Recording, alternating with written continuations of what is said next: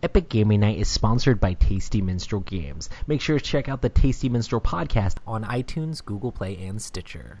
This podcast is made possible by the support of patrons like you. Thanks for your support.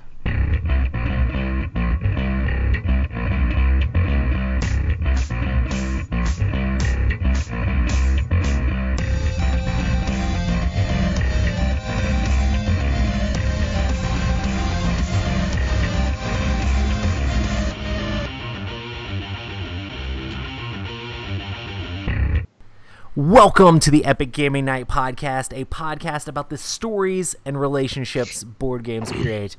I'm your host, Roy Canny, and with me as always is Matt. Hello. And Rob. Oh no, still muted. You're still muted, Rob. We need you. Oh wait, no. Am I muted? Yeah, there you go. You're good. You're good. Okay, good. Rob was about to flip over or something. Whew. No, I spent several hours with Microsoft fixing that problem. Hype. Hey, we're all here on another podcast, and we're live streaming. Oh, that's awesome.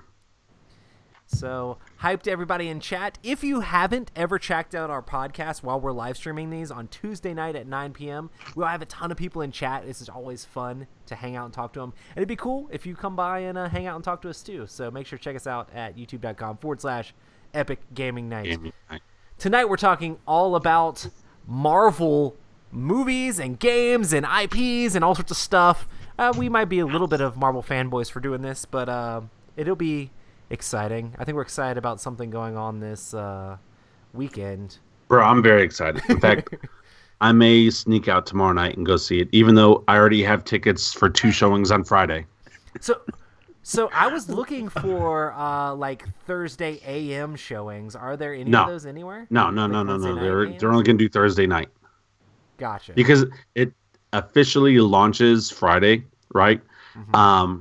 And what they used to do back in the day is they would do like 11:59 launches, like on Thursday nights, and then it dropped to 11, then it dropped to like 10, then it dropped to 8, 9, and now they have early as 7:30. So just say a Thursday launch, but I'm not complaining. But they won't do matinees until like the actual day. Gotcha. And so if you have the night before, you'll get like the late night stuff, but you won't get the I was wondering what's going on because it looked like there was a bunch of Thursday stuff. There's actually a 1:50 a.m. showing at like the Palladium. I don't doubt it. And I'm like, that's like right after I get off work. So I'm thinking about trying to you should go. Happen. So you should go, man.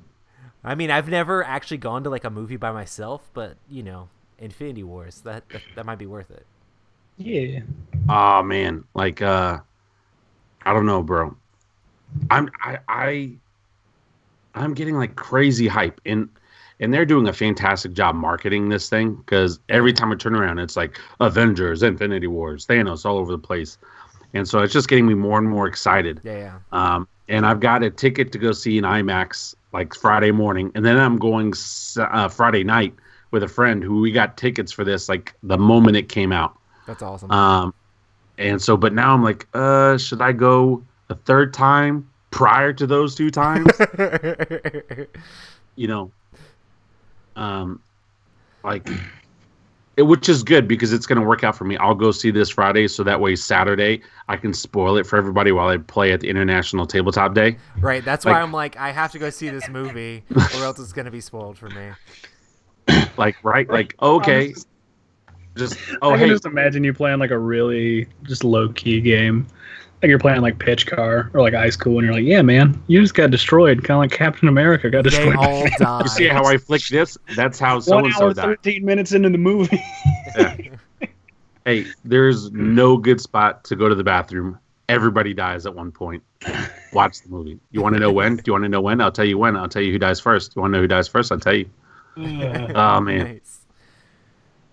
Awesome. I'm excited. Well, cool. Well, we're going to talk more about all sorts of crazy stuff like that. But first, we're going to talk a little bit about news stuff. So this weekend is International Tabletop Day. Are you guys going to the International Tabletop Day thing on Saturday? the Piedmont Triad one that they've done in the past years? I've registered. Nice. I'm gonna try to go. I don't know for how long. The for cool how thing long is it's or, like or whatnot. a free all-day event, so it's one of those like pop in and pop out. Yeah. I'm planning on being there, so if anybody is around the North Carolina area, typically around, it's technically in Kernersville, but in between Winston-Salem and Greensboro, Triad area. So we're going to the Piedmont Triad International Tabletop Day. I'm going to be there with my Crystal Clans box, seeing who wants to do some challenges of Crystal Clans, maybe play some Heroes of Land, Air, and Sea. Who knows? Let's make it happen. I'd love Bro, to. I'd play some Crystal Clans with you. Dude, that'd be awesome. And the games should hopefully be quick now that we know what's going on, so we can be like, throw it down. I need to try out a couple more of the factions. Throw it down like Thanos did on all of them and killed everybody. Exactly. You just got maybe smashed. Maybe this will be just a new segue. They'll just kill off this entire universe, right? They'll pull a DC. They'll go to Earth 2. And then they'll be like, guys, check it out. The new Avengers. Captain America's not in this one. And Hawkeye leads it. You're like, oh, huh, all right.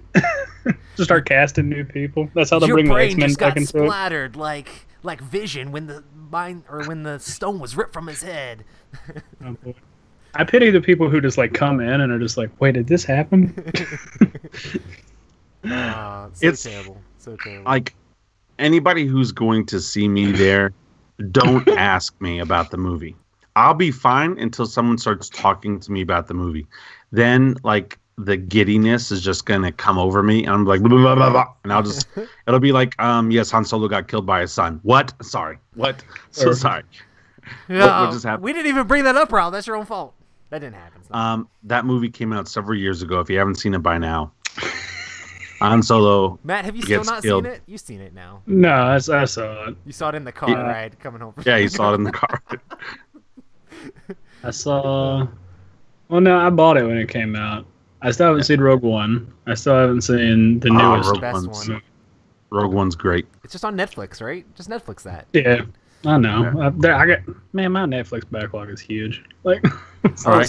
Speaking of which, I tried to watch some Lost in Space because you guys were talking about it last week. This has become the movie show. It's okay. Yeah, it's not bad. The acting acting is family friendly. The acting's a little hit or miss. I don't know how I feel about it. It's pretty. Man, the one thing that kept me going and it made me stop was literally Dr. Smith. Oh man, you're like too annoying. Rob, I got to the end of episode 8. Like, I don't know if you remember it, but it's like, it's like a really big lead up moment. And it's like, oh man, and then like at the end of episode 8, I was just like, no, I'm done. I'm not watching this anymore. How many episodes are there? This woman is evil. She is. She's so evil. She is really bad. She is easily, however, one of the best characters, which I hate. It's annoying how bad, like, you want to root against her. Yeah. I finished it all. I mean, I finally did. It just took me like 2 days to like get back to it because I was just like, I can't believe they did that. That's great. Perfect. Yeah. Mm-hmm. I love. Yeah, it's not the greatest acting or anything like that. And there were a couple times where, like, if my daughter was in the room, because I watch shows with subtitles, like I would just like yell really quick, like, "Oh, Mario Brothers!" And she's like, "Daddy, what?" I was like, "Oh," because I'm just like beeping out the words. I've but it done wasn't before with music when we're riding in the car. But anyway, it's not bad or anything like that. It's a fun, quirky little sci-fi show. I mean, they're going to win. They're going to succeed. It's going to be a happy-go-lucky show, and just expect it. Like, expect the cheesiness of the old sci-fi where the family comes together. I mean, they still have their difficulties and stuff, but anyway. Cool. Well, the other piece of news I wanted to talk about was the new Crystal Clans decks were officially announced now. There's 4 new ones that they're going to be dropping. Yes. Shadow, Fang, Leaf, and Feather clans. So this will bring them up to the... actually, that's not quite 12 yet, right? Because they need 2 more for it to be 12. Correct. I believe 6 comes in the box. Yeah. And then 4 more. So that's... I'm excited to play with this Fang clan. Yeah, I'm honestly excited to get them all. Another thing that has me really excited, these look like they're like MSRP like $10. Like what? Yeah. Yes. Yeah, they don't look really big. Yes, really please. expensive or anything like that. Yeah. That's one of the things I loved about Summoner Wars when it was out was you could get all those individual decks, and they were just so They are inexpensive. MSRP $9.95 on their website. That's on crazy. the Plaid Hat Games website, $9.95. So MSRP at $9.95. These things are going to be easy to get a hold of. So once you get the base game, like you're set to just be able to, oh, that faction looks cool. That faction looks cool. And it's one of those things where I'm excited about just playing these games, factions against factions. I mean, some people are like, oh man, when's deck building coming and things like that. I'm just excited to just throw down with the stuff that they've pre-made because they seem really cool and very asymmetrical the way that they play. So, it's a fun game. Now, granted, I've only played once, but I also am a fan of Summoner Wars. Mm-hmm. It's not Summoner Wars, but it's Summoner Wars-esque, yeah. if that makes sense. I really, really enjoyed the game, and I love the whole initiative thing. I think that's super creative and clever. And so I'm excited to play it again. Very excited. And the artwork is cool. Ian's asking in chat if Crystal Clans is actually good. Like, 2 episodes ago, we had Colby, the designer and like CEO, like main guy at Plaid Hat Games, came on, and we talked all about it, like ad nauseum, basically about Crystal Clans on how all the things work in the game. So, and I have a review video that's supposed to be coming out Thursday for it as well. So, woo, good times. I've been doing a lot of editing on it too, trying to make it look all interesting or whatever, but. That's just the base game, so maybe we'll see what happens when some more of these factions and stuff comes out. Bro, we have Tim in the chat tonight. I know, dude. I'm so happy. Tim? Tim's back.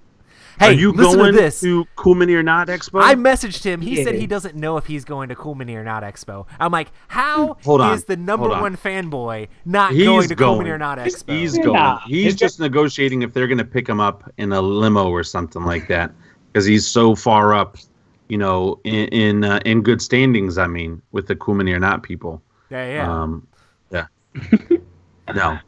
I told him he sold out to all these other companies. He's been talking about Munchkins and about all these Monopoly gamers. Maybe Simon just dropped him because he's cheating on him. You know how it is. Tim, you cheated last time. Your victory doesn't even count. You're terrible. I'm gonna beat you, man. Blood Rage Part 2. We all didn't. I mean, maybe a little bit, but we didn't like cheat. We just didn't count up all the points and stuff like that. Like, I think we were just so in awe of what was going on. I think I went over my force limit a couple of times, just because of the strat I was running. But yeah, it still didn't matter. Yeah, he ended up beating me by like less than 4 points. Or right at 4 points. It was ridiculous. It may have been closer than that. I don't know. But I want my revenge. Yes, the Wolfman is still in my nightmares. He did that one move. At the end where he brought in the Wolfman, and I think the Wolfman says only other monsters can fight the Wolfman. Yeah. And I had my guys in that area, and so I could never trigger a battle. Because the Wolfman was there, and I didn't have any monsters there, so I couldn't trigger. And maybe we got that rule wrong. Maybe you can still trigger, and you just don't count the points of the other guys. I don't know. But Tim cheated, and so yeah. Anyway.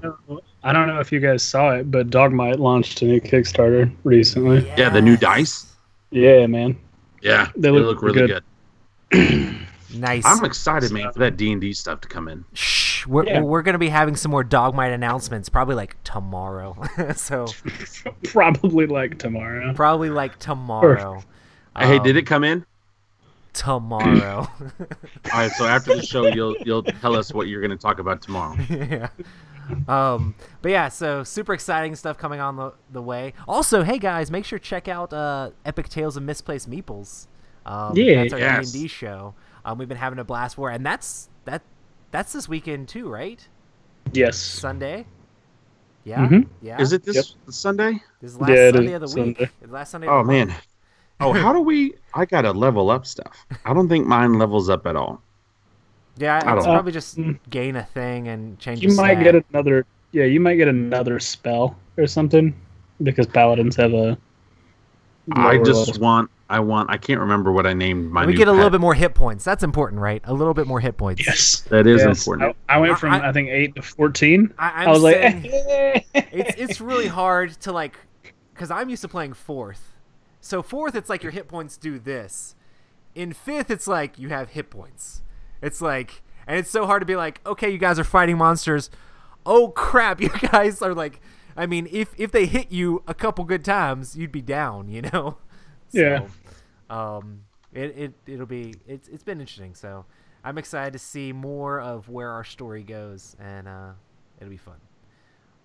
Also, speaking of Cool Mini or Not Expo, we're planning on going to that. So if anybody's in the Atlanta, Georgia area and going to Cool Mini or Not Expo, make sure to say hi to us. Make sure to talk to us, cause come hang out, play games. I think that is literally 3 weeks. Yeah, it's coming up from soon. Friday. Coming up soon, so lots of awesome stuff on the horizon. So hype. But hey, let's get into what we've been playing. Have you guys played any games? I have played a couple games. I played a couple of brand new things I've never talked about before. So well then, I'll start with one. Yeah. I got a chance to play Shards of Infinity. This is a brand new deck building game by the same people who did Ascension. But basically this game feels very much like it's like a head-to-head 2-player deck building game where you're trying to knock out your opponent's life points, but this one also has like this like infinity like counter shard things where you're trying to build it up as well throughout the game. And basically everybody's hero character that they have just has an ability where you can spend 1 resource to up that counter by 1. And you actually have a card in your the interesting thing about this is a lot of the cards in the deck and the things that you can get will trigger and be better based on how high that number is. And if you get that number all the way up to, I think, 30? Something like that. If you get it all the way up to a higher number, then there's a card in your deck which you can actually play that'll do infinite damage against your opponent. So it's like if you're at 0 to whatever, then it'll do 1 damage. If you get it up to like 10, it'll then do 3 damage. If you get it all the way up to like 30, it'll do like infinite damage. So it's like one of the ways to win the game is to try to get that all the way up. Or you can just focus on a bunch of attacking cards to do different stuff like that. It was definitely a very interesting game. It was pretty fun. I got a lot of cards that helped me boost that stat up, and then also like played after that stat was kind of like halfway up, like to 10 to 15. And I was trying to get that like infinity counter thing up higher so I could play all these cool cards and they would be better. And it's kind of interesting because it's a deck building game where you get cards and some of the cards aren't necessarily as good, but as the game goes along, they can kind of get better. Another unique thing about this deck building game is you can purchase cards, like certain of the mercenary cards from like the purchase thing like you normally would in a deck building game, but you can, instead of putting it in your deck, you can choose to immediately play it. So some of them are just like, oh, I'm going to get that card so I can play it right now because it's perfect for this specific situation. It'll give me a couple extra attack, it'll let me draw an extra card, or it'll do something that triggers with my other cards because it has the whole, if you play this type of card, it can trigger again. But yeah, that Shards of Infinity gives me very much a Star Realms vibe. You guys have played Star Realms, right? Yep. It's very much like that same like deck size, and it's cool because you have these cool little like King of Tokyo-ish like spin down counters for your life and your little Infinity Shard counter thing. So yeah, Shards of Infinity is a good 2-player head-to-head deck builder if you're looking for something like that. So definitely something to check out. Hype. What else did you guys play? I played games that we've all talked about in the past, so I'll go over real quick. I played Tada again. Nice. Had some friends over from church over the weekend, and we were being silly, and we were playing a couple of other games. But I pulled out Tada. We were looking for like a filler game, and I was just like, hey man, you guys want to just do something stupid for a couple minutes? And absolutely loved it. I forgot how fun and random and crazy that game is. Gave everybody their spells, gave everybody the thing, and then like we're doing the pirate stuff. We're doing the flipper one. We have to keep our hands together and trying to get the dice. We're doing the one we're all like yelling "arg" or we're like shouting at each other. The ones like we have to shake the dice, smack the table, point at somebody and stuff. It's such a fun, silly light game. And the cool thing is that some of the people that were over are introverts, and so like you're seeing these people that normally don't talk to people act kind of silly, and they're having fun with it. So it was almost like a nice little icebreaker. It's just one of those things where we really enjoyed it. It's really fast. And so, it's not going to take up a lot of time. And so that was Tada by Stephen Avery. Freaking love Stephen. In fact, his new Kickstarter, or his Kickstarter will be coming back Kickstarter, that Goblin Shooter game. So excited for that, and they're launching with more stuff, and I think they're actually launching it at a cheaper price point, which the last price point was very good as well. And so I'm excited for that. So played that, and then we played like the Wits and Wagers and all that stuff. I've talked about Wits and Wagers forever. I will say this though, I played with the poker chips, loved it with the poker chips. It was really nice and really thick. But we played Sheriff of Nottingham. Oh my goodness, how much I forgot. I love that game. Oh yeah. Like, I made some crazy deals. At one point, I had somebody else at the table tell me that they were turning in 19 squid. It's not even an option. There's not even 19 cards that you can put in the bag. But we just kind of had like a wink-wink type of a thing where I wanted to open up his, he wanted to open up mine type of a thing, but we had to give a number and an object. And then it was funny because then a couple of the other people that we were playing with, they're like, man, don't do that. Don't do that. Don't take his deal. Don't take his deal. So we're playing Sheriff of Nottingham, and I'm playing with this one kid, and like him and I, we're the ones that have the deal. And so the first round goes through, and like the deal works, and I'm like, great. I even paid him. I paid him 5 gold on top of the deal of not opening up his, not to open up mine. I'm like, look, you're new at this, so I'll pay you to do this. And I won't open up yours if you don't open up mine. He was like, great, this is awesome. So, did you open up his when it came around? No, I didn't open up his.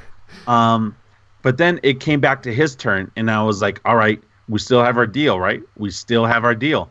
And the last time I got in a lot of contraband. My contraband pile was pretty high. And so a couple of the other people were like, don't do it. Don't do it. Don't open this up. Don't. Open it up. And I'm like, guys, why are you hating on me? Stop hating on me. And so I'm having to fork out money. I'm like, all right, I'll pay you this. And he's like, no, you got to give me more. No, I got to pay. All right, I'll pay you more. So finally, I ended up not making a lot off of that pile because I ended up having to pay him so much so he wouldn't open my stuff. Yeah. But it was just, I love the interaction in between people. And how like I was paying him to open up bags of other people, and I was also paying like other people, like I'll give you a couple bucks if you open that bag. I'll do this if you open that bag. Just like having fun and everyone just really enjoying themselves. It's one of those party games I don't think I'll ever get rid of. Yeah. Because like when I start playing it, I remember memories like that, and like the memories like when I first met you was playing that game, and playing with other people was just such a fun, simple, crazy little negotiating game. So that was Sheriffs of Nottingham. I don't have the expansion. I want to get it now, especially after just playing it. So I may look at it, but anyway. That's one of the main reasons I hadn't gotten the expansion, just because I hadn't played it in such a long time. It's like, do I need the expansion for it? I need to play it again. I mean, you know what's funny is I own the expansion, but I don't think I've ever played my copy of the actual base game. It was just something, I think I was on Cool Stuff, and I was like, I need like $5 to $10 more to hit free shipping. And it was just like, oh, hey, boop. Boop. Yeah. I think I remember that, actually, when you ordered that. Yeah. So it's sitting here, along with an expansion for Scoville. Why? Don't know. Who knows? I don't know. Scoville, man, I don't know if I'll ever play that game.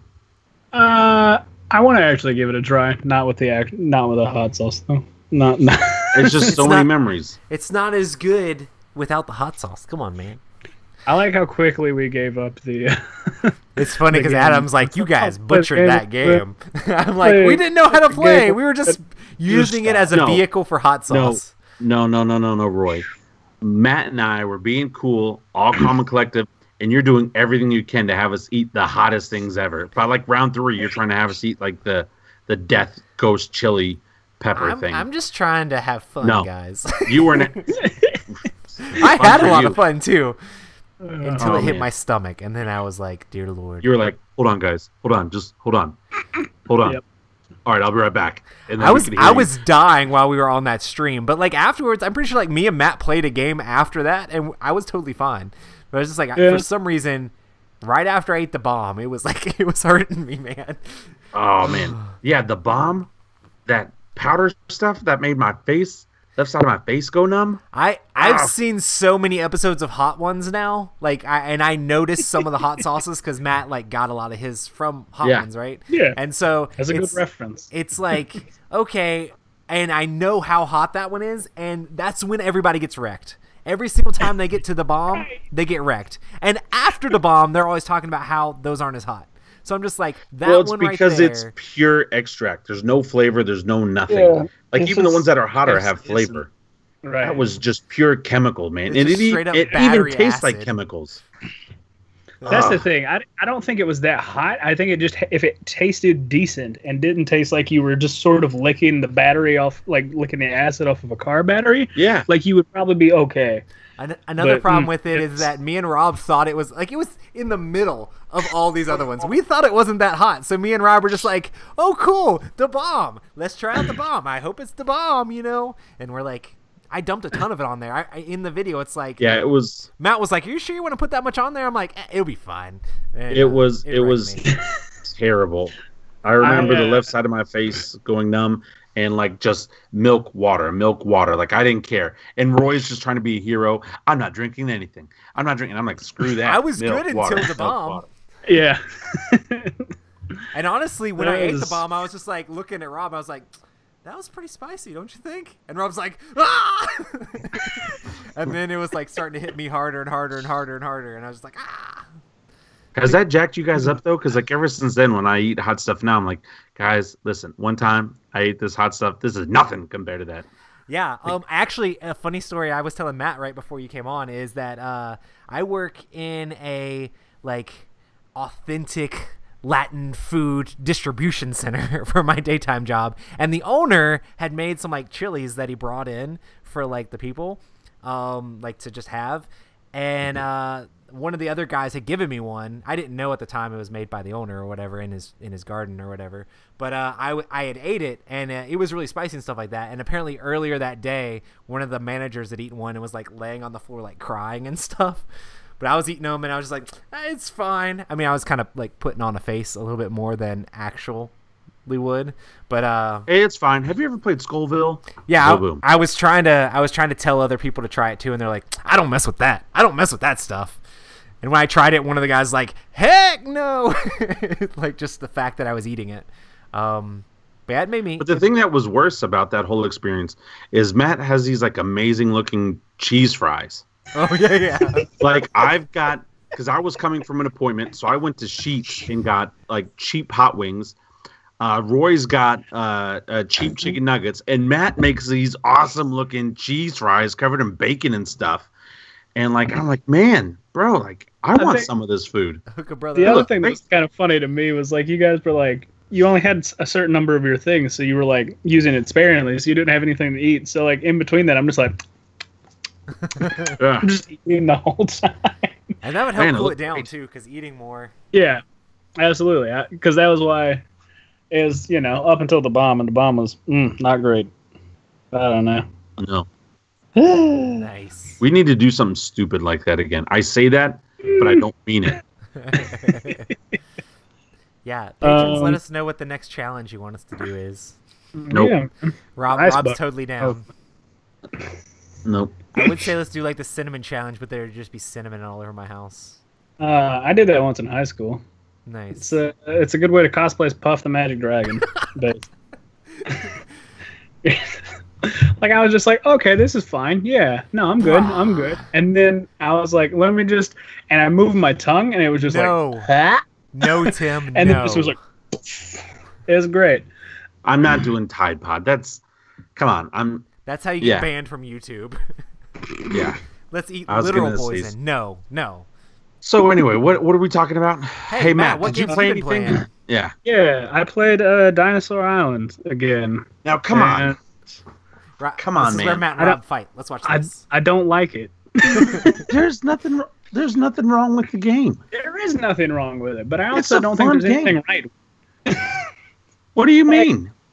I don't. There's just okay. So like when I think of a game that's about building a theme park, like I think about like Roller Coaster Tycoon. Like I think about things where it's like putting stuff in certain places has meaning and purpose to it. So like when we played, every single time I've basically just been like, oh, unless I build just a ton of dinosaurs, like I don't want to. I have no incentive to build attractions, and then the attractions are when you have, well, I guess you need a ton of dinosaurs, but you have lots of people, so you need some place to store them for points. It's Euro face. Yeah, and it's just like I don't know. I felt like there were things that they could have done that made it have more theme than it does, because it is, for what it's worth, it is a very good Euro, but to me it feels very dry. Yeah, and it doesn't have the sort of theme that I was expecting. Like I feel like I kickstarted it because I was like, dude, neat colors, love Jurassic Park, love dinosaurs, love park building games. This is great. This is gonna be awesome.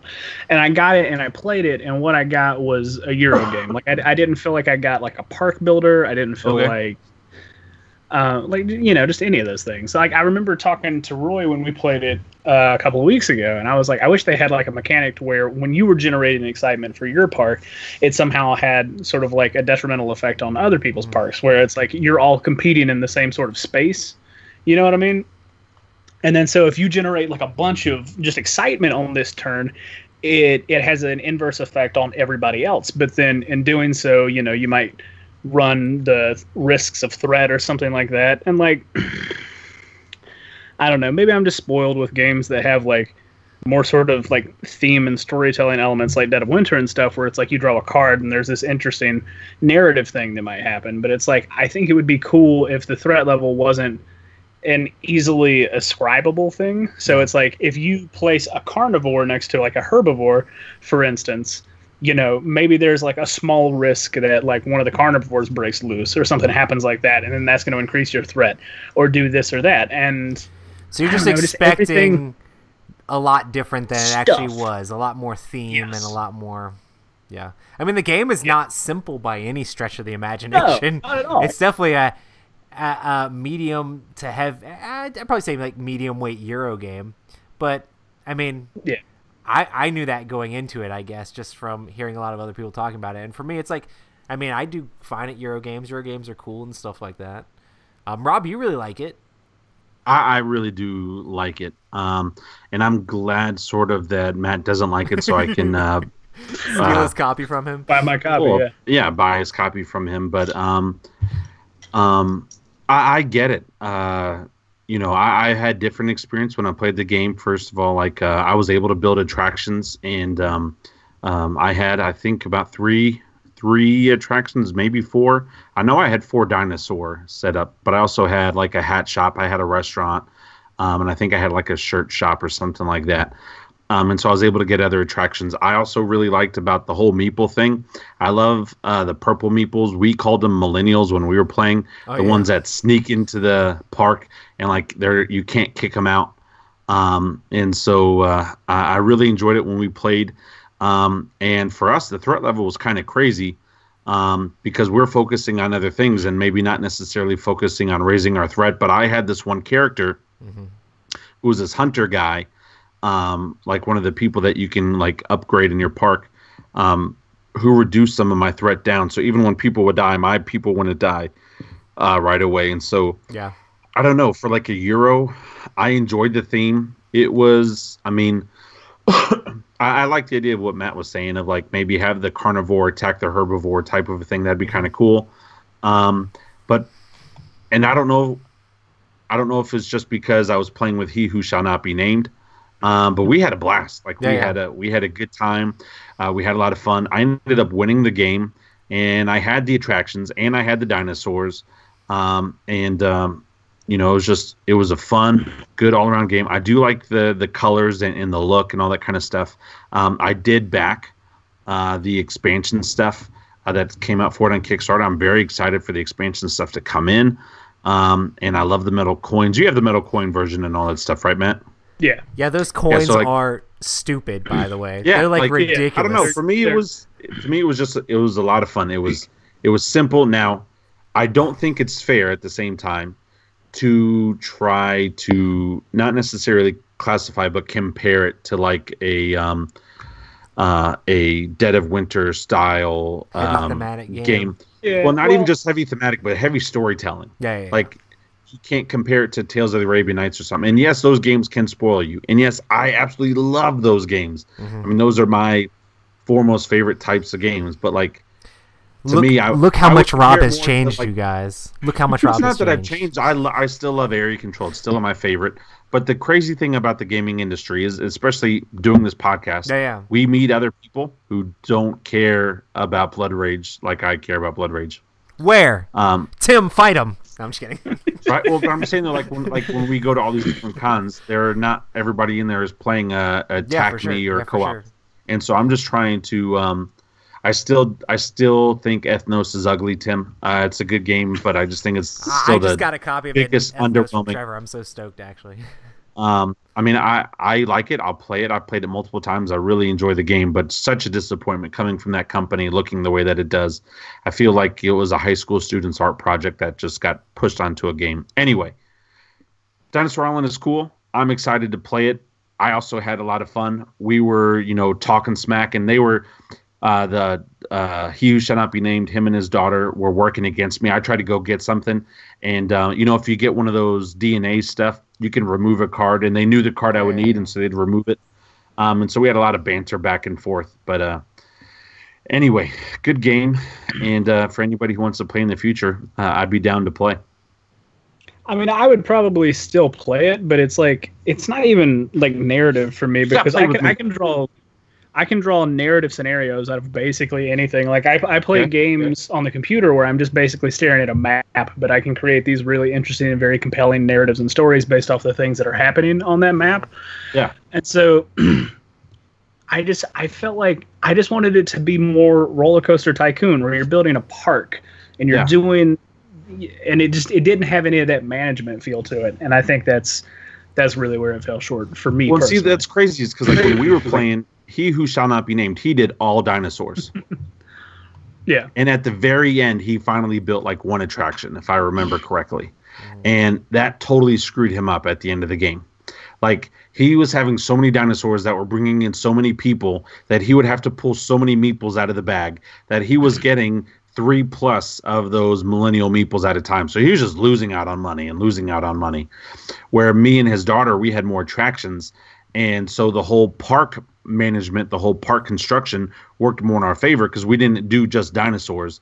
We did some of the other stuff. And one of the other characters I had, what was cool about him is it was a merchandise guy, and his power says, hey, if your merchandise areas are all filled up, you can still put in additional meeples onto your spot, even though it's all full. Or like I think it's 1 or 2 additional meeples on that spot. So that definitely helped me out. So, I mean, it's a give and a take type of thing. I may have just gotten really lucky. I could play it again and have a terrible experience. I don't think that's going to happen. But anyway, it's just, I don't know. It was fun, and I'd love to play with you. Because you and I would typically, when we play games together, we have a lot of fun, whether we're having fun with the game or having fun about other stuff. I think I'm like in the middle of you two. It's kind of funny. Like, I enjoy the game. I think it's fun. I play it again. And I think it's cool, but it's very much in that Euro camp where it's like, okay, cool. I mean, it's a Euro. It's the kind of game where I will play it if someone puts it on the table, but it's not something that like I need to go out and like get a copy myself. I'll play your copy. What I like is it's one of the few Euros that I like. Like there are a handful of Euros that I like. In fact, if I don't even think I could do a top 10 of Euros. And for me, like, it's kind of cool because it has like a cool theme. Like, that's one of the reasons I'm drawn to like Champions of Midgard, because it has that cool, interesting, different theme. And I kind of like Dinosaur Island because of the theme or whatever. So I don't know. I don't know. My copy, when you get it, is going to have a very large bag of what they call pogs, that are just basically small pieces of cardboard that are roughly dime shaped. They have literally no purpose. So sweet. But did you get the googly eyes for the dinosaurs? No. See, I like this Euro I didn't want to put better than The Godfather, Tim. And Champions of Midgard, to me, even though it's not a Euro, is a Euro, and it's my favorite Euro of all time. In fact, I was thinking about that this weekend when I was pulling out the Wits and Wagers. It definitely is a Euro. Well, it doesn't feel like it, like Dinosaur Island. Dinosaur Island definitely feels more Euro-y than Champions. But every time I see that huge Champions play mat, I'm like, God, I want to play this game so bad. Oh, yeah. I want to play it so bad. I was really, jonesing to play some Champions this weekend. I was going to take these introverts who've never played board games before. Listen, Champions of Midgard, let's go. I wouldn't do that. That's not an entry-level game. There's tons of Euro games with dice. Dinosaur Island has dice. I don't know, man. I freaking love Champions of Midgard. That's my favorite. Godfather's a good game. It's not the best game. Champions of Midgard, especially I clarified Champions of Midgard with the 2 expansions. Yeah, just completely changed the game for me, especially Valhalla. Yeah. Just absolutely love it. I'm so excited for the new Champions game to come out from Gray Fox, the Reavers thing. Nice. Cool. Well, I did want to talk about one more game. I got a chance to play City of Kings. This is a very thematic cooperative game, and it has, I guess, different scenarios and kind of campaign type stuff you can do. But we were playing a specific one where we had to find 4 different monsters and defeat them. This game's very interesting because you play a character and you have this gigantic character board that looks very Eclipse-ish, and it has tons of little cubes with tons of little tracks all over it, and it looks like it would be a Euro-y style game, but it's not really like that at all. It has a little bit of Euro elements, like you're trying to gather resources and things like that, but it's completely cooperative, and it's very thematic, but the combat's deterministic. But you start on the City of Kings, and you're expanding out and flipping over tiles and exploring as you're going along. You can find different locations, like mines and things like that, where you can actually go to and send out. You have a couple worker people that are little carts, and you can move your hero, or you can move your little carts, and you can move your carts over to them and have them try to gather resources like fish and wood and cloth and stone, and you use those to buy upgrades for your heroes. So it has a resource gathering management element to it. But then your heroes are going around trying to complete quest cards and then also trying to defeat monsters.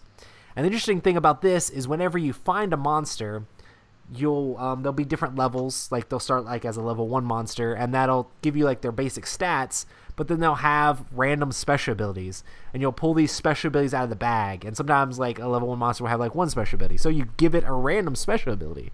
Or you'll find a higher level one that'll have multiple special abilities, and you'll pull out multiple special abilities. And it's very interesting because you could end up with a guy that could have just completely different stuff, off the wall stuff that just all mixes together, which is pretty cool. But yeah, you're working together to try to find the different monster areas and defeat them before basically a couple of rounds have completely finished. The way the game works is you're taking actions kind of like on an action selection board, so you're doing little tokens on them to be able to move your hero or move your workers or to gather resources or to fight a monster. So you're trying to figure out how to manage doing all of your actions and also work with the other player so that they can figure out what they want to do. You have to work together the whole time, and you're trying to race the clock to be able to defeat these different monsters that are completely random that you're doing. I had a lot of fun playing it. Me and Trevor played and worked together. I decided I was going to do a lot of the resource gathering, and we were going to try to gather resources with my characters, and there's a bunch of upgrades you can get. When you level up, you can change your stats, and I was upgrading all of my workers so that they could gather resources better, which meant let them roll more dice each time they wanted to gather resources, and then so they could move faster as well, so I could move them to the resource place, get back, and get all the resources, and use all the resources I gathered to buy all sorts of awesome weapons and equipment for Trevor's hero, which we were sending out to go fight off the monsters. I also got a couple of healing things for my hero, so I could heal him after he fought a monster. So hopefully he could get back into the battle. But there's a lot of stuff going on in this game, and it's very interesting. And I really enjoyed my play of City of Kings. I have heard that there's just so much randomness in the game that sometimes the game just falls apart. I haven't had that happen in my experience, but I've heard that like with the randomness of the special abilities, sometimes you get special abilities to just make the monsters completely insanely hard to defeat. Sometimes you can find quests that like it's like, man, this quest is impossible to defeat. Well, sometimes you could get a quest that's like, man, this is ridiculously easy to do. So there's a decent amount of randomness in the game, but I feel like there's a decent amount of randomness in any cooperative game. Sometimes you just get hosed. Sometimes you're playing Pandemic and you just draw that perfect card that makes the outbreak happen. And it's like, if we draw any card except for that one card, then we're good. I mean, that sort of thing could happen in this game, but it's more like you can waste more actions to get a different quest if you don't like the current quest you're getting. So maybe sometimes you just get unlucky and you have to figure out how to make it happen. But yeah, Seed of Kings, definitely a very interesting cooperative game. I'd be interested in trying it some more. It has an interesting blend of Ameritrashy feel with a lot of Euro-y type stuff with the whole resource management and gathering with your little workers and stuff like that too. So yeah, that was a game. Sounds great. I guess I'll have to go back and listen to it because I was genuinely interested in that. Somebody needed my help.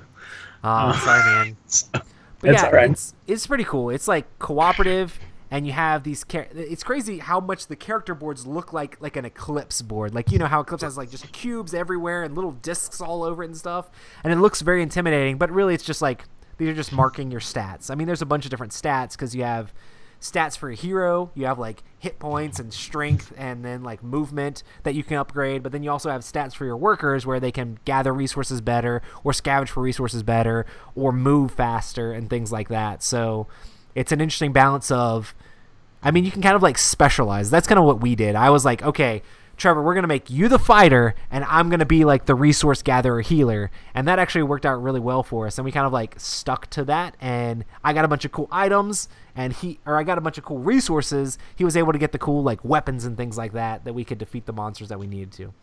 But yeah, definitely a very interesting game. Hype. Boom. Love it. Cool. Sweet. Topic time.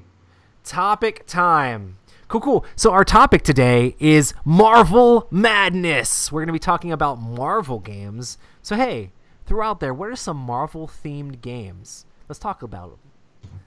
Let's talk about it. Marvel doesn't have to necessarily be MCU like the movies, but just any sort of like Marvel type games. What do you think? Marvel Legendary. Really, the only one in this category that matters. Just go for the easy ones right off the bat, man. How about it? I don't think it's the only one that matters, Matt. I respectfully disagree. All right, listen to this. What about this game? You had a lot of fun playing this game. It was that Spartacus Blood in the Sand, but with the Marvel version. Oh, yeah. Yes, and you had those amazing dice roll against Trevor. I think that was... I love that game so much because I couldn't roll anything but a 5 or a 6, and I was like, it was ridiculous. X-Men Revolution. I actually really want to play that again because I enjoyed it. That was a good game because you could take the characters that you had and add different things onto them to make them upgrade them better. And stuff. Yeah, that was actually really cool. Boom. Yeah, Marvel X-Men Revolution. I mean, it's basically literally like the whole Spartacus thing rethemed. No, it's rethemed. But like it just works. I don't know. I really enjoyed it. I don't think that game gets much coverage at all, or like nobody is talking about that game anymore. But I really want to play it again. It seems pretty cool. It was a fun game. I enjoyed it the couple times I got to play as well. You know what game I've been thinking about a lot lately? Which one? HeroClix. Yes. HeroClix, man. Dude, I played HeroClix when it first came out and first started, and it's just a solid game. Now, it's not just MCU. It's literally everything you can think of. It's literally all... But there's a lot of other themes to it. There's a lot of MCU in it, though. Yeah, for sure. I mean, you can play Iron Man. You can play all the Guardians of the Galaxy. That was one of the fun things is we played with all that Guardians of the Galaxy stuff, Rob, and we had a blast. That was a blast.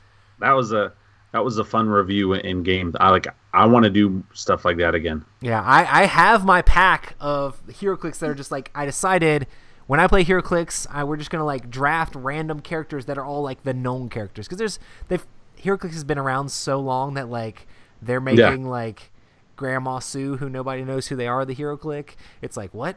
who's that character? I've never heard of them, but it's really cool to just have like all the known characters and be like, okay, Matt's playing Iron Man, AJ's playing Street Fighter for whatever reason, Rob's playing all these other characters, Rob's playing Superman, and it's just fun to mix it all up, and it's a game that I've been playing for years, so such a fun game. And it basically is just like a miniatures game, but pre-painted form. But that would be a fun game to play at like a con with some people and just do like a free for all. Like I've thought about it. Like I would do it if people would. People probably want to join. I'm hoping the barrier to entry isn't too bad. I guess I just had to print out a bunch of or have a bunch of the sheets of what all the powers are. So people could jump in on that. And I'm always good about like if somebody's like, "Hey, what powers do I have now?" I can just be like that, and that. I don't even know why that information is like so ingrained in my head, but it's there. I love it. Nice. Boom. They also made Codenames Marvel, which is pretty cool. Yes. So basically just Codenames with Marvel. I mean, interesting game. Yeah. They actually had a set of HeroScape that was Marvel stuff. It was pretty cool. Oh, bro. I was going to mention that. I was thinking that with the Hero Clicks. Yeah. I remember the first time I ever played HeroScape. Mm-hmm. I got to play in the Incredible Hulk was one of the characters on my team. Such a crazy, ridiculous, strong character in that game. Like he even has like his Hulk jump where he can move up to 8 spaces. And if you play that game, 8 spaces is a ridiculous amount of spaces. And when he lands, he does this Hulk smash. Man, such a great game, such a fun game. HeroScape. It's funny because Adam actually had just said they should make a Arena of the Plains version with Marvel, and that's basically exactly what that was. There was a set specifically that came out that was. I remember seeing it in like Target and stuff like that long time ago. Yeah. Before I even knew what HeroScape was. But they could do that. Yeah. They could bring it back. They could bring it back and do that because Arena did not do so well, and the Marvel world is going so crazy right now. Why not do that and capitalize on the money, and just use your placements that you had for the one game and repaint it or whatever. But yeah, good stuff. Nice. And there's a lot of like older games that I remember playing back in the day, but there's like the Versus system. I actually never played that, but that actually came back from Upper Deck doing the whole Versus thing. But yeah, so like a collectible card game version of it. And I remember playing a game back in the day. It was like, I don't know, it was just like Marvel Superheroes or something like that, where you had heroes you recruited and then you would run around the city and try to like just roll a d6 to try to fight off bad guys and recruit more That's heroes. cool. So it was like, now they have a couple of cool versions of like the Marvel Risk games and stuff like that. There's tons of reskins that are Marvel. Yeah. I mean, they have the one that came out with I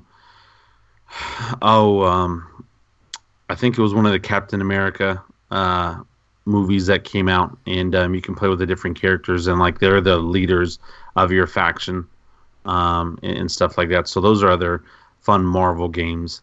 Maybe not fun for you guys, but like fun for me at least. Nice. But I think we hit on like the major ones, or at least the major ones to us, because Legendary is pretty big, and then HeroScape and the X-Men one. So if you had to pick one, what is your favorite Marvel character? Oh, favorite Marvel character? Yes. That's a hard question, man. Oh, man. Chat, what's your favorite Marvel character also? Make sure to hit us up. That's tough because, like, I mean, my favorite comic book hero ever is Superman. Because you're OP. I've just always liked him. I'll say this. My favorite characters recently based off of the movies. I absolutely love Thor from Thor Ragnarok. I did not care for the first 2 Thor movies.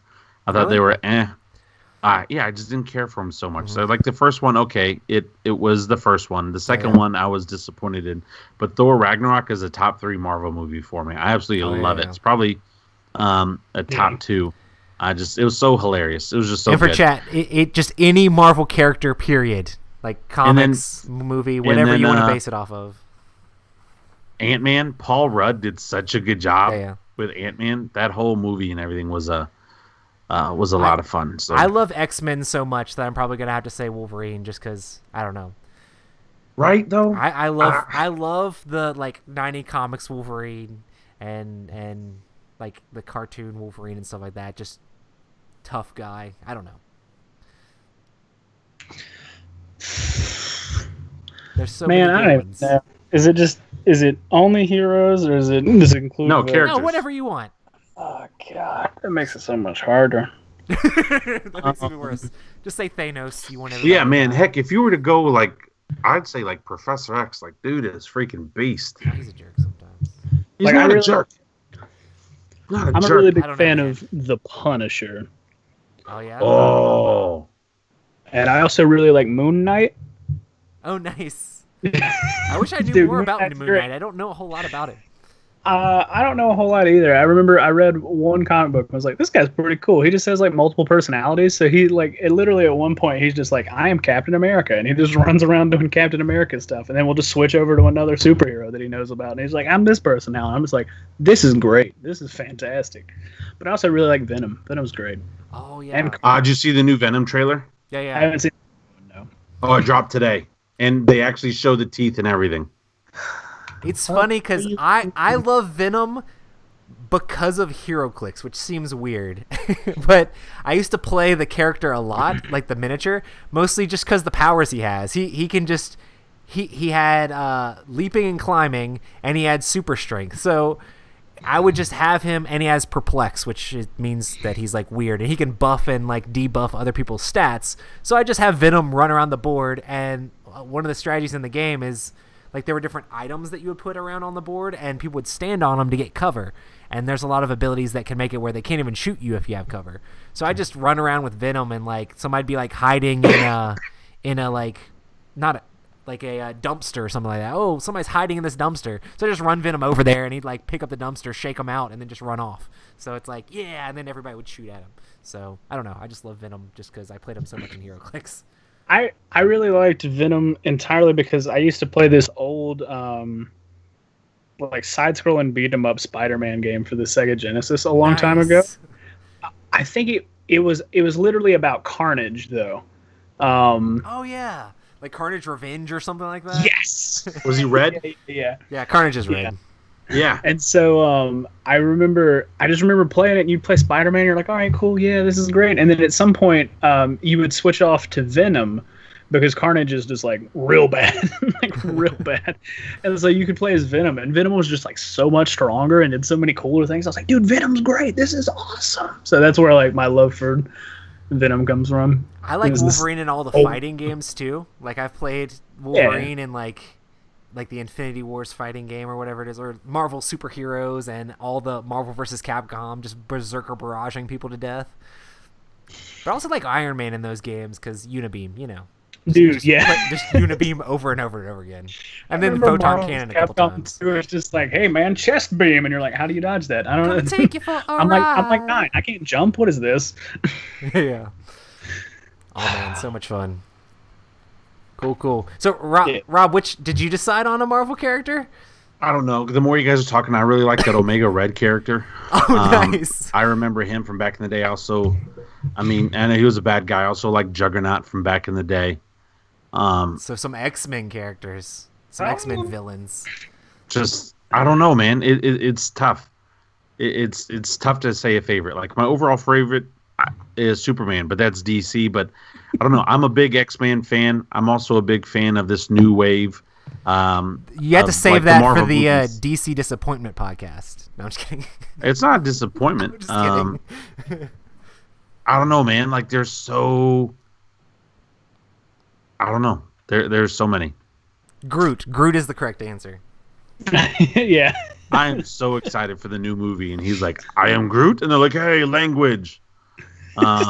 Yes. Like, it's just so dumb that it's just like Star Wars. How can this girl living in the desert, not knowing her family or anything, speak robot, speak alien, speak all this other stuff? They just do it, and everybody can understand what Groot's saying when he's saying, "I am Groot." I love it. I think it's hilarious. You know who's my favorite character in those movies though? Drax. He's just so funny to me. His dry humor is it's so perfect for me, especially in the first movie. He's like, "Oh man, it went over your head. Don't worry about it." "No, it did not, because my reflexes are fast, and I would have caught it." It's like, that is so perfect, and I love how they like have Bautista playing that guy. I may go Thursday night, guys. If you want to go Thursday night, let's just go Thursday night. Go see that movie. So yeah. I won't even tell. Which MCU movie is your favorite? Right now, number one is Thor Ragnarok. Nice. Hey, same. Yeah. That movie is so good.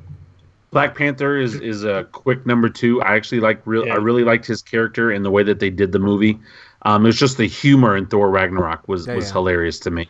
But I think it may all get replaced Thursday. We'll see. Or Friday. Definitely Friday, because I'm seeing Friday. But I don't know, man. It was so good. Yeah, I think for me, it's the first Guardians of the Galaxy. Yeah, I don't know. That's really good. I mean, the crazy thing is, like, I mean, I've heard of these characters a little bit. I've seen, like, Groot and Rocket Raccoon and things like that, especially, like, playing HeroClix. I saw a lot of those characters, but I didn't know them as well, and I didn't have as high expectations for that movie when it came out. And then, like, when I saw it, I was like, oh, my goodness, this movie is amazing. Just the whole, I don't know. Oh, yeah. The space romp and space exploration, I don't know. I feel like that was like how a space movie should be, with all the crazy aliens and everything. I don't know. It's great. The Guardians of the Galaxy are hilarious, and I mean I do love them to death. I just think, you know, the other thing that sets off Thor Ragnarok for me, and the other thing I like actually is the colors. I love how they did that, like that pastel colors. That's really, I don't know, for some reason, I don't know if it's because I'm surrounded in a house full of women, but I love the bright pastel colors of Thor Ragnarok. But I'm surprised you didn't just say your favorite character was Korg. You should have just said that. No. I love Korg. I thought he was hilarious. Hey, man, tried to start a revolt, but I ran out of flyers. Nobody showed up but my mom and a boyfriend. I mean, it's hilarious. And the freaking director played him. Like, how awesome is that? He's like, hey, man, not going to hurt you unless you're scissors. Just a rock, paper, scissors joke there for you. It's like, it felt like very much like good. New Zealand humor or something. Like, where's that guy from? So good. He's from New Zealand. Good, because like that's what it felt like. I was like, this has to be New Zealand humor. Like, it felt so, I don't know. That's just Flight of the very much Conchords for me. Yeah, well, he was part of the director, or I think he was the director of Flight of the Conchords. Yes. Yeah. See, it made sense. Yeah. It makes sense. It's right there. Yeah. Taika Waititi. He also did What We Do in the Shadows, which is a hilarious biopic about vampires. That one's really good. I love telling me to that watch too. that movie. That's really good. Oh man, they're doing a sequel to that one that's just called Werewolves. So Honestly, I would like watch. They Any, are, or they did do it. they're working on it. I would watch any comedy that guy makes because that's. Oh yeah, amazing. it's so good. One of the other ones he did that I really like is called Hunt for the Wilder People, and they just have this really like kind of pudgy kid that's just like running. Yeah, he's the bad guy in Deadpool 2. Yeah. He's the kid that Cable's after. I want to see that movie. It's got the guy from the original Jurassic Park. Nice. And he just like runs away. And they run away together. I think he's like a foster kid or something, and he goes and he stays with that guy. I was trying to think of that guy's name. I can't remember his name. He was also in Thor Ragnarok. Because he's from New Zealand too. So technically what he does now is he owns a farm and just makes wine and hangs out with pigs and stuff. And then he was in Thor Ragnarok? Yeah. He played Odin during the play bit where Matt Damon has the cameo. Oh, yeah, where Matt Damon is. Yeah. He plays Odin and he's just like, hello everybody. We're here. That's right. It's like, this is so good. Right? That like Guardians is hilarious and stuff like that, but I don't know. Just Thor Ragnarok to me, like even us just talking about it right now, it's just. And then the whole Hulk. Hulk was hilarious in that movie. Oh yeah, yeah. Hulk was so good in that movie. Yeah. Me, big fire, volcano. You, little fire. Just. Anyway, sorry. We could talk. I could talk about that forever. Yeah. Cool. Sam Neill. That's the guy's name. All right. Feel better. All right. Anyway. He was in a scary movie, bro. Did you ever see the movie Event Horizon? Oh yeah.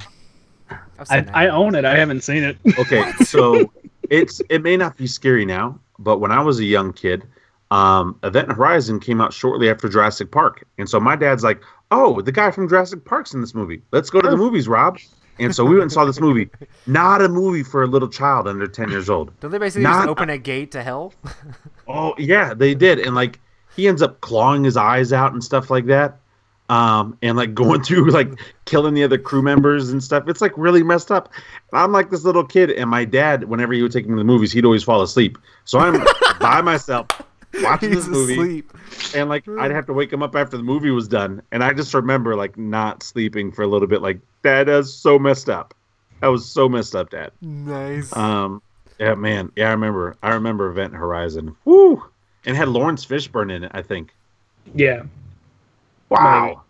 I think, man, that makes me want to watch the old Matrix, the original one. Man, Lawrence Fishburne was a beast in that movie. When he fights Agent Smith in that bathroom, one of the best combat scenes ever. Sorry. We're talking about board games. Board games are great. Anyway, Marvel. We're just going to make up board games as well. So if you could make a Marvel-themed board game, what would the theme and mechanics be? What do you guys think? What would you like to see? All right. This is the only thing I could come up with. It would probably be terrible to play. I would just want to play basically the job that the Vulture had from the new Spider-Man movie, where you go and clean up the mess after all the superheroes, and you're just like a construction laborer trying to like repair all this nonsense. Yeah. And it's just a cooperative game about rebuilding New York City. After all this stuff, and then you're like sitting there and you're like, all right, finally got the subway system working again, and all of a sudden there's like a big alien comes in and Iron Man's just like blowing stuff up, and you're like, do you get to harvest the alien technology from the guys they defeat to help rebuild the buildings? I just think that would be really interesting to have almost like a Dead of Winter style game that's literally just about cleaning up. Like that would be the most asinine thing. Instead of zombies you have to keep killing, it's buildings you have to keep rebuilding. Yeah, you're just like, oh my god, there's so much trash over here. What is that? It's glowing. I don't even know if it's safe. We've been overrun by trash. Dude, that would make a great Crossroads game where it's like, hey, is anybody in the sector with the big glowing orb? And you're like, yeah. And it's like, well, here we go. I just think it would just be, it's just absurd and hilarious and a thing not often thought about when you come to superhero movies, I guess. Just the sheer amount of destruction and chaos. Nice. I don't know. I would love to have, just because I want more sandbox-style games in the world, I would love to have a gigantic sandbox-ish style game where you just play different factions within Marvel, whether it be the Shield or the Avengers or like the X-Men or whoever, just different factions, the Defenders, whatever part of X-Men you are, and that's what you're playing, is you're playing the leader from that, and then you have to like recruit different heroes to your team, and you're just running around on a board trying to stop like different villains or help different people, where it had like quests and different things you could do, or enemies you could run around and fight, and you're trying to build up your team, which would be full of different special abilities. Very, very, I guess, X-Men Mutant Revolution-ish, where you're getting different guys that can join your stuff and upgrading them and things like that. But then also have that whole go do it however you want feel, where it's like, okay, just different branching paths to victory, where you just get victory points for different things. All the sandboxes, all the time. Just because more games need to let you play the game the way you want and still have equal chance of trying to figure out how to win that way, you know? Yeah. It'll be fun. Lots of story moments. Maybe there's, like, different locations you can go around on the map, and, like, you you draw cards, or maybe draw from a book and be like, oh, here's the story element. Oh, you find this bad guy, or oh, you find this ancient infinity shard thing, and then maybe there's like wars in between the factions. So it's like, oh crap, he's reskinned with Marvel stuff. Yeah, for sure. And it's like, oh crap, he got one of the Infinity Stones. We got to go take it from him because obviously he's not capable of defending it. We got to go defend it ourselves. You know, I don't know. That'd be fun. What do you think, Rob? Have you had any game ideas? Sorry, all of a sudden I've got clients texting me. Can we see our house? I know it's 10 o'clock. I love all my clients. But you're not wrong.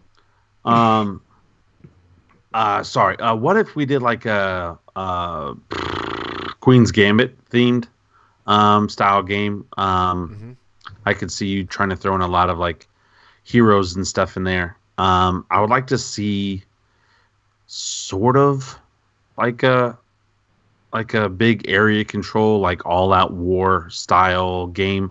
Yeah. Where it's maybe not as open as HeroClix, or maybe it is HeroClix, but you're just allowed to have more numbers and stuff like that. Yeah.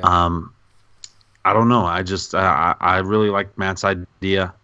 I thought it was funny. It's one of the funny aspects of Spider-Man Homecoming that I liked as well, because it made sense. They do leave a big aftermath behind them. So yeah, it's out there, but I would definitely play. Well, I take that back. I want Queen's Gambit to be reskinned as the Matrix. Nothing else needs to touch that. I think the Matrix works best for that. So yeah, a Marvel dudes on a map type of game, not Blood Rage, per se. Bigger. But yeah, bigger. Well, Blood Rage, but they don't come back because I think there's enough characters. So maybe you like, instead of doing your normal Blood Rage, you do rounds where on top of your draft you also draft characters, and that's just who you have. And so you have your different quest points and you have your characters. And so maybe the bigger characters come out in the bigger rounds, and so that way you don't necessarily have monsters, but your monsters are like all-star characters. And like your normal dudes are just like your little red shirt peons, who don't necessarily matter as much, but they do matter because everybody matters. But that, I don't know, that'd be fun. Yeah. What about a social deduction game where you're having to try to figure out who's working for Hydra? That'd be easy. That'd be pretty neat.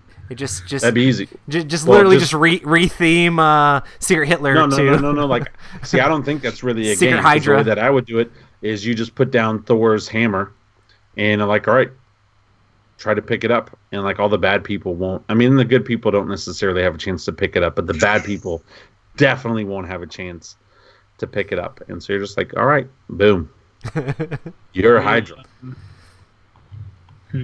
I don't know. Marvel social deduction, I think, would be tough because the thing that's crazy and fun about the Marvel universe and a lot of these universes is the good guys and bad guys are so distinct on who they are.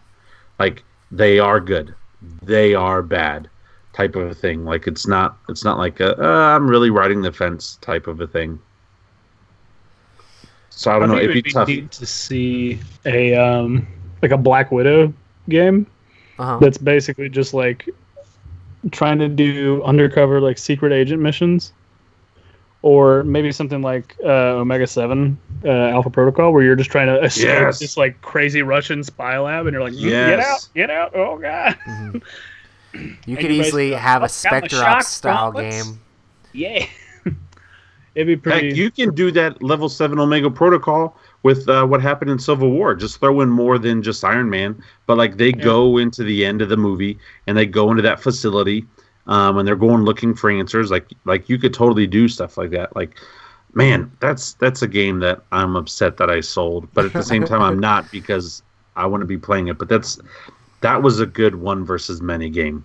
That was a really good game. Yeah. Nice. And sorry, all right, let me text this client back. Yeah, I'm surprised that there's no like Marvel themed dungeon crawlish style games, you know, where you just have your characters going through missions like Descent or Imperial Assault, but Marvel, you know.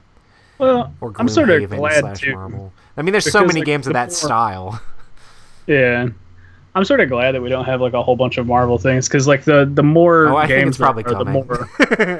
more but the more likelihood you run into games that are just gonna be just hot Cookie garbage. cutters. You're just like, Yeah. oh, I'm not gonna do that, and then it sort of cheapens the brand. So you see somebody come out with like, oh, check out this Marvel game. So even if it's good, you might be like, yeah, but the last Marvel game was pretty bad, so I'm just not I gonna mean, that's bother. the thing about IP games is like, I mean, honestly, if a game comes out with Marvel on it, majority of the time, I immediately would think it's probably bad until I'm like, it's like guilty until proven innocent. It's like most IP games, unless they're from a known company, it's just kind of like, it's probably going to be bad.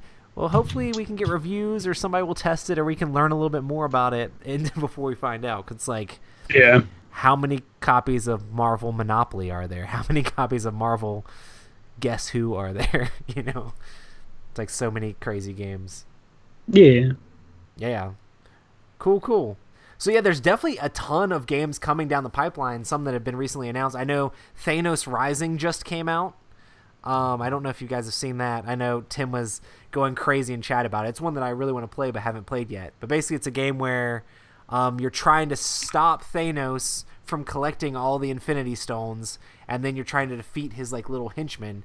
But cards are coming out of the deck that could be the little henchmen guys, or could be like different heroes. You're trying to balance fighting off the bad guys and then trying to recruit the heroes, while Thanos is going around trying to work on collecting the Infinity Stones, and that's basically like the timer. Like you gotta stop him from getting it, and each time he gets one, he gets stronger. But yeah, Thanos Rising looks really cool. It's a game that's actually on my want list. Is it going to be on Kickstarter? No. I mean, it's out. Like it's out. It's out right now. Yes. Yeah. Yeah, and it comes with a giant statue of like Thanos, like with the Infinity Gauntlet standing there. Yeah, Tim's posted a bunch of pictures of it. I know the Dice Towers review is coming out. Like, I mean, that's insider Tim has information. a review out for it. Yeah. Oh, and Tim's review for it. So It'd be fun if they did like the recent Batman game, but they did it like with the Marvel stuff. that's kind of what I was talking about with like a dungeon crawly style. Dude, if they just have a game like that, Marvel theme, I mean, I'd have to jump onto it, I'd be like, I mean, that would be a lot of fun. Man, I want to see this stuff. I'm going to add it to my wish list and stuff on Amazon. But yeah. And then there is Super. have you seen any videos for this Thanos Rising? Apparently Tim has a review for it. I don't know. Is it written? Yeah, but I I'm don't pretty sure count it's written. Tim. Right? Yeah. The Dice Towers video is coming out like ridiculously soon. I don't remember which day. But then I also saw that they do like number ratings. So like I saw their number rating, I'm like, oh, they actually really like it. So I'm like, I don't know what they say about it. I know what the game is because I've kind of seen a little bit of stuff, but it looks pretty cool. It's like a dice game where you're rolling dice and trying to allocate those dice to fighting off the bad guys, and then also allocating them to recruit more heroes, which will give you special abilities to be able to try to fight the bad guys better. And Tim did a video, so go watch Tim's video.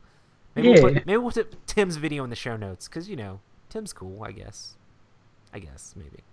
He is cool, but Tim is You're like, dangerous. Tim likes Munchkin. We can't trust that. No, I'm just kidding. Right? He's dangerous. Like anything he gets excited about, this is the best thing ever. Like this is the greatest thing of all time. Mario, Yeah, but the cool thing Mario about- Monopoly, Mario Gamer is the best board game of all time. Video reviews, and Like- if they're, especially if they're describing the game, a lot of the time you could just be like, well, does that look like something I'd be into, most of the time. So Like the one thing that Tim's got going for him is like he started the hype train on Blood Rage, which is a fantastic game to be up with. But now like everything, like Dose is the best card game out there. I'm playing Dose all the time. Forget Uno, I'm playing Dose. Dose is the best. It's like, all right, Tim. Like, Tim's we just get all about the underdog. That's why he's watching us right now. Hey. Yay, I guess. Thanks, Tim. Also, there is the Superhero Showdown game coming out, and for me, it like straight up looks like Superhero King of Tokyo. I don't know if anybody else has like looked at it at all, but like it very much reminds me of King of Tokyo with Marvel superheroes. And then we also talked about 5 Minute Marvel a lot, which is basically 5 Minute Dungeon, but Marvel themed, and that's like I'm excited for that a one. must for me. Actually, when I was looking up stuff about this, I saw like pictures of it, and I'm just like, I want it like really bad. It's gonna be awesome. I want it all. Cool. Well, is there a Marvel game that you wish you could play that you haven't yet? It currently exists? No. Matt's like, I've got Marvel Legendary. I mean, That's all I need. honestly, it's pretty much all you need. I mean, it's pretty much covers the full gambit of everything. Well, like that's the other thing is like, I mean, really how many other Marvel games could you get to that has that amount of different like superheroes or villains and stuff? There's just so much No other game variety in it where you're just like, oh man, you know what? I just want to roll up this and just play it this way. And you're like, let's do that. Yeah, that'd be Not great. even other Legendary games Right. add up to that. I mean, it's got so much. Mm-hmm. So much. I mean, it really is like the ultimate. If you can get over the fact that it's just cards, which the graphics on the cards is so amazing because it's pulled from the comics. Yeah. It's easy to get over. I mean, it's such a great game. Mm-hmm. My only problem is there's so much of it out now. It's like, how do you even get into it? Yeah, because like I don't Start know. at the bottom, work your way up. And you also know if you ever wanted to play, it's there for you. Go play with Roy. Yeah. It's there for you if you ever wanted to play.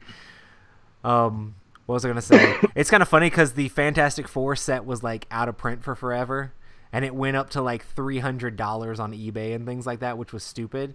I was like, man, I love Marvel Legendary. Like, I don't want to get rid of. I mean, that has Galactus in it and Silver Surfer and stuff. I'm like, I can't get rid of that, but $300, that's ridiculous.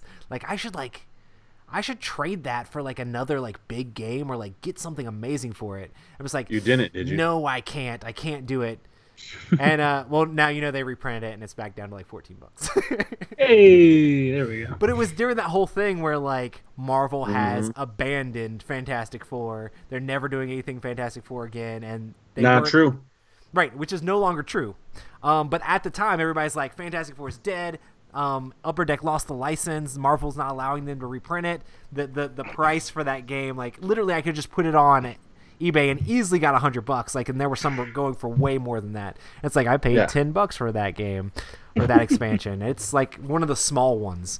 But yeah, and then they like re-released it, and I'm like, awesome! I'm glad people can get it again. But I should have sold it, and then I could have bought like 10 copies of it, you know. But no. Yeah. But yeah, good times. Hey, I don't want to price gouge people. It's all good. I couldn't bring myself to get rid of it, even though it was going for so much money. That's how much I love that game. I was like, I want to have complete. That is a set. true fan. Like when you can get a figure like that, it's a true fan. I applaud you. Right, good for you, man. The game that I wanted to mention that I have never played. So back when I was a little kid, there was this game that was like the first collectible card game I really wanted. This was way back before Pokemon, like right after Magic and stuff came out. But there was a Marvel game called Overpower, and I remember it had all this awesome artwork of I like remember that X-Men and all sorts of like different superheroes. Like the back of the cards was this epic picture of like Spider-Man and Wolverine fighting, and like I still love that picture. Like if I look at that picture, I didn't even play the game, and that picture gives me nostalgia. I had a bunch of friends that had it. I never got a chance to play it. It was kind of one of those deals where I'm like, hey, Mom and Dad, I really want this game. And they're like, I don't know, that may be witchcraft. Maybe you can't play it. So it's just kind of like back in the day, they didn't even know about X-Men and all the superhero stuff, which is so ridiculous to think of. Like these days, it's like everybody knows what X-Men is. Everybody knows what Spider-Man and all these different characters are. But back in the day, it was just kind of like, is that Magic the Gatherings? We don't know about that, which is also kind of funny. But yeah, and then not being able to play that game, I eventually got Redemption, which they let me play, and then I played that like crazy. But yeah, I would love to play Overpower. Even now, I'd like to be like the game that got away that I never played, and it's super out of print. Tim, teach me how to play Overpower. So good times. Oh, and I also played a lot of Dice Masters, which is another Marvel game that I didn't mention. I was super stoked about that when it first came out, and then I realized, holy smokes, this game is random. But it was fun. And I love also how Eric Lang was like, yeah, I'm not going to fix it. I like that parts of it are broken. It's kind of funny because the game wasn't out yet, and I decided, like, oh man, this game looks amazing. I need to help playtest it. Like, I need to try to get in there. And they had posted on Board Game Geek, like, hey, we need playtesters. I'm like, this was like before I started doing the Epic Gaming Night stuff, I think, or like right around the very beginning. But so I had gotten in on the Dice Masters playtest for the second set, and when the second set was out, I was like, hey, there's this Black Widow card in the first set. It's like way overpowered. And they're like, no, that's at the printers. We can't fix that. And I'm like, but guys, that card's too good. And they're like, no, it's fine. It's a super rare. It'll be fine. I'm like, that makes it worse. That means it's inaccessible except for the elite. So, but yeah, I mean, it's a fun game as long as you don't take it too seriously, just like any collectible thing. But they've got tons of Dice Masters stuff out now. Awesome, guys.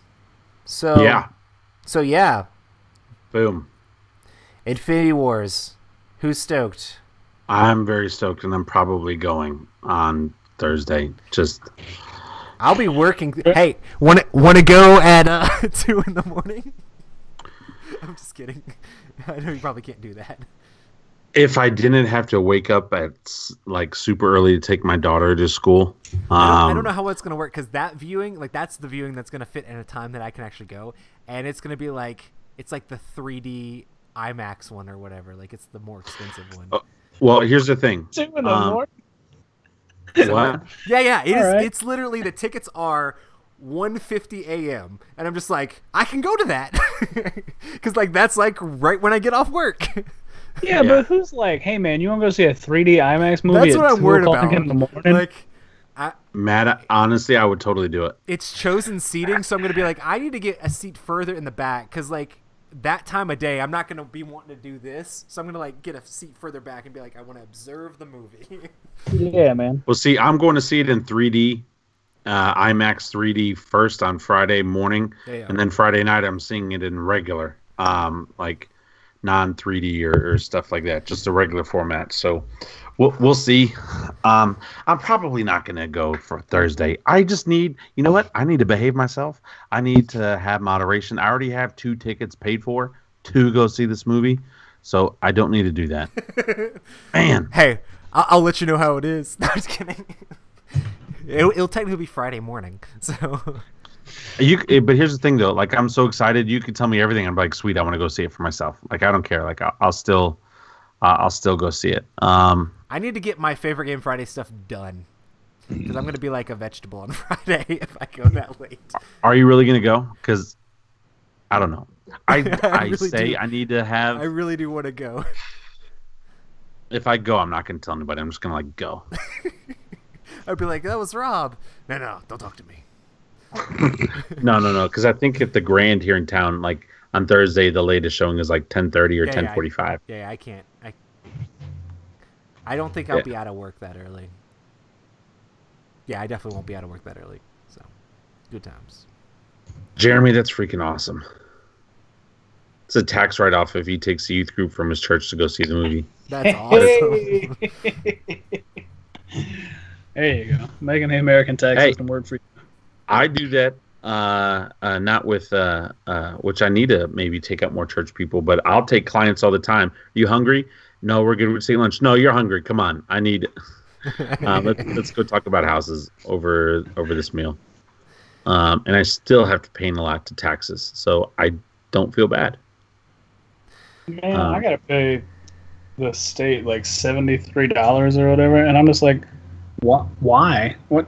I don't understand. But they just like increase the taxes they take, and it's just like, but you're not taking more out of my pay. Like, stop. I remember one year I had it where basically it was like almost null for like everything. Like I didn't get anything back, and I didn't know anything for like both federal and state. And I'm just like, I got the numbers right. 1 year, I finally got the numbers right. I did. I don't ride the line that closely because not anymore. Anyway, hey, that's exciting stuff to talk about. Yeah. I wish I had that. Oh man. I'm not gonna tell you how much we got back, Rob. You're not gonna be mad. It's not fun writing a check for Hey, but we those don't have figures. credit card debt anymore, so that's Do you good. do you count as self-employed, Rob? Is that why yours is like? Oh yeah. Sorry, buddy. It's a good 5 figures. Yeah, this date's not great. You don't pay out quarterly or anything like that, or? Life happens quarterly, so Gotcha. yeah. Anyway, man, you know what? My Marvel Super. What were we talking about last week? Armageddon. Yes. Yes. Yes. I will go save the planet, but when I come back, I'm never paying taxes ever again. I'm not qualified, but I can drill. I had that song stuck in my head like through the weekend. I was even texting the guys like the video, like the Aerosmith video. Yeah. I watched it too. I'm not even gonna lie. I was at work and I was like, "What did Rob just send me?" And I just pull it up and it's just like Aerosmith, and I was just like, "Oh, good."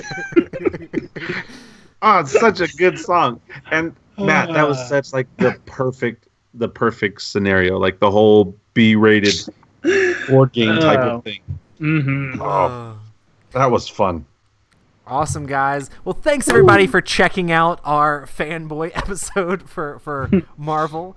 Definitely super excited. If you enjoyed this podcast, make sure to subscribe and all that stuff. And also make sure to check out our live streams Tuesday night at 9 p.m. Eastern Time at youtube.com/Epic Gaming Night. We also want to say thank you so much to all of our amazing patrons who help us do the show, pay the bills for all the hosting fees and things like that. You guys are amazing. And are we doing Patron of the Week, Rob? Bro, we have to do Patron of the Week. This one sounds like a superhero. This one doesn't sound like a superhero, Roy. You need to correct yourself. This one is a superhero. Get yourself This right. one is a freaking superhero. You want to talk about B-rated films like Armageddon? This dude is A+, A+, A+. He is as if Meryl Streep and Daniel Day-Lewis combined to have a baby. This person would win all the Oscars at life, because I think Meryl Streep has been nominated for like 21 or something, and Daniel Day-Lewis wins it every year that he's nominated. This dude is freaking ridiculous, and I'm talking none other. No more recognition, no more words needed other than Uber MX, Ubermix. That's right. He is not your Uber driver. However, if you were to get in a car with him, he would take you places your mind could not handle. You would go on trips that your body would be yearning and crying, and you would be shut down for a week just to be back in their presence again. And if Ubermix is a female, she would rock your world. You wouldn't know what to do. You would just be blown out of your mind. Their special power is rainbows, kitty cats, sprinkles, and awesomeness. That's their special power. Thanos ain't got nothing on Uber MX. Freaking rainbow power, just blowing at you with all the different colors. He got sprinkles coming on you, so after you feel bad, you eat a sprinkle, you think you feel good. But then he has the little kitties. They're not declawed yet. They're scratching you all up. And then he just hits you with a blast of awesome. You're freaking done for. I freaking love Ubermix. We appreciate you. You are the A+ of fans. You are the A+ of friends. You are the A+ of life. You are freaking amazing. The next Marvel movie needs to be Marvel Uber MX. Nothing else. Not Avengers. Nothing. Because nothing else compares. Nothing else matters. You are the answer. You're the answer. Little kids, if you're listening to this podcast and you're taking a test and you don't know the answer, write down Uber MX. You'll get it right. You'll get it right. Watch. You go and you take that test and you write down Uber MX. Darth says that's correct. It right. It is correct. You will win at life. Win at life. Next time somebody yells at me, or I have clients text to me at 10+ o'clock at night, want to go see a house, I'm just going to say Uber MX. You know what they'll do? They'll triple their price range, and then they'll close, and they won't come argue with me or anything like that. Freaking Uber MX. Female, male, it doesn't matter. You are amazing. We appreciate you. I don't know why you put up with us, but we're very thankful that you do. You're the best. Yeah. Boom. And if you do put that down in an answer and it's not right, don't call me. I will not be calling your teacher. That's the Robert Newman guarantee. That portion of the show was sponsored by Roy Kennedy, who was the main host of Epic Gaming Night. Roy Kennedy. Double your money back or else. Yes. Nice. Oh. Awesome. Well, if anybody else wants to help support Epic Gaming Night, make sure to check us out at patreon.com/Epic Gaming Night. You guys are the best. Also, make sure to check us out at Epic Gaming Night on Twitter and Instagram, at Writing Newman for all the best Instagram photos you've ever seen. The best in your life. As in best in, they make you feel better that your pictures aren't as bad as mine. Yeah. And follow Shades of the Mind if you want to see pictures of delicious dirty food, cup and then he paintings never brings and you that pizza. delicious food. Yeah, man. If you want to see food once a month, maybe. Bro, you do Check these it out. baking pictures and stuff like that. I'm like, man, what more do we have to do? We do a podcast together. We play games. When can I get a? Now you've made some amazing cookies. Yeah, I'm like, man, come on, bro. I want some of these Cakes are pies. so hard to translate. And then your freaking pizzas that you made. We do need to do that. I'm hankering to make pizzas like real bad. Pizza cooking Hey. day. Hey, I was ready gonna do ready it. for another false promise? Let's go to the cabin. With the pizza maker. Yes, here we go. Let's go to the Here we cabin. go. I'm ready. I'm ready. We're gonna do It's it. not a false promise. I really want to do it. One of these days. We might be Awesome, 60. guys. Well, We'll be. thanks everybody happen. for checking us out, and we'll see you next time on Epic Gaming Night. Y'all are the best. Yeah. Peace. Yes. Uber MX. Boom.